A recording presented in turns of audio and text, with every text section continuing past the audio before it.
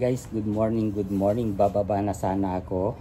Kaso lang pagbaba ko sa baba, dun sa ground floor guys. Sa labas ng kalsada, meron akong nakitang isang bag na mga pinggan. Pinulot ko guys. First time in my life here in Greece. Namulot ako ng pinggan guys. Tignan ninyo. Ayan, may dalawang baso. Magkaparehas. Oh, namulot tayo bago pa. Ayan, may dalawang pinggan na mag-asawa. Maganda pa. Oh. Oh. Pinulot ko ito guys. Isa. Oh. Wala pa guys. Maganda pa.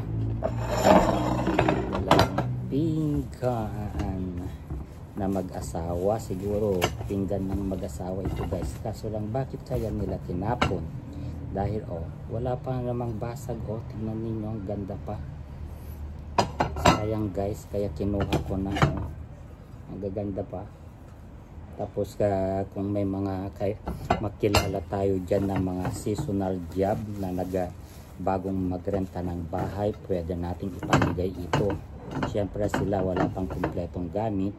Ayan ang ganda, diba? Pinulot ko guys. Sayang, nilagay lang doon sa tabi ng guys, ng basurahan. Ayan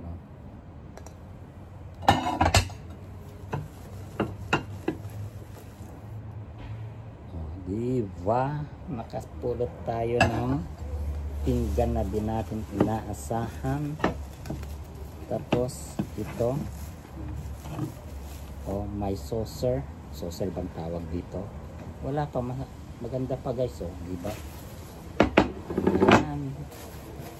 Nakapulot ang lola ninyo guys ng pinggan.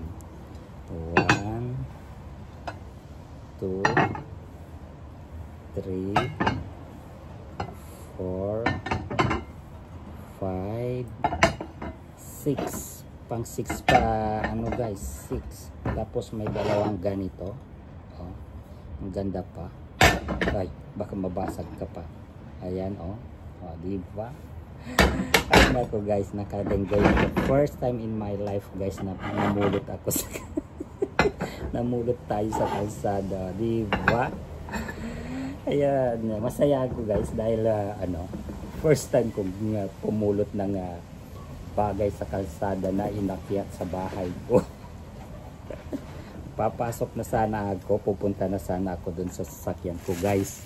Kaso lang umakyat ako, nasayangan ako dito, diba? Ayan na guys, yung pinulot ko, diba?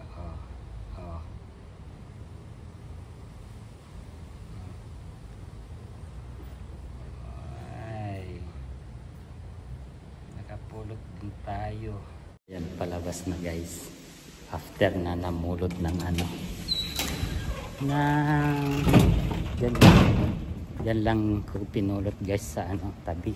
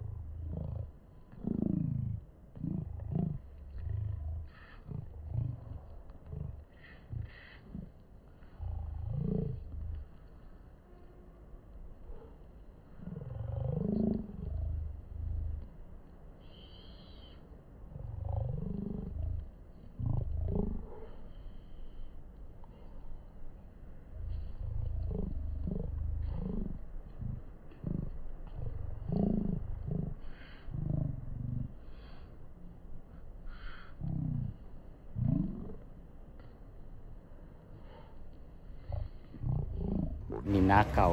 Pinulot ko lang. Ayan.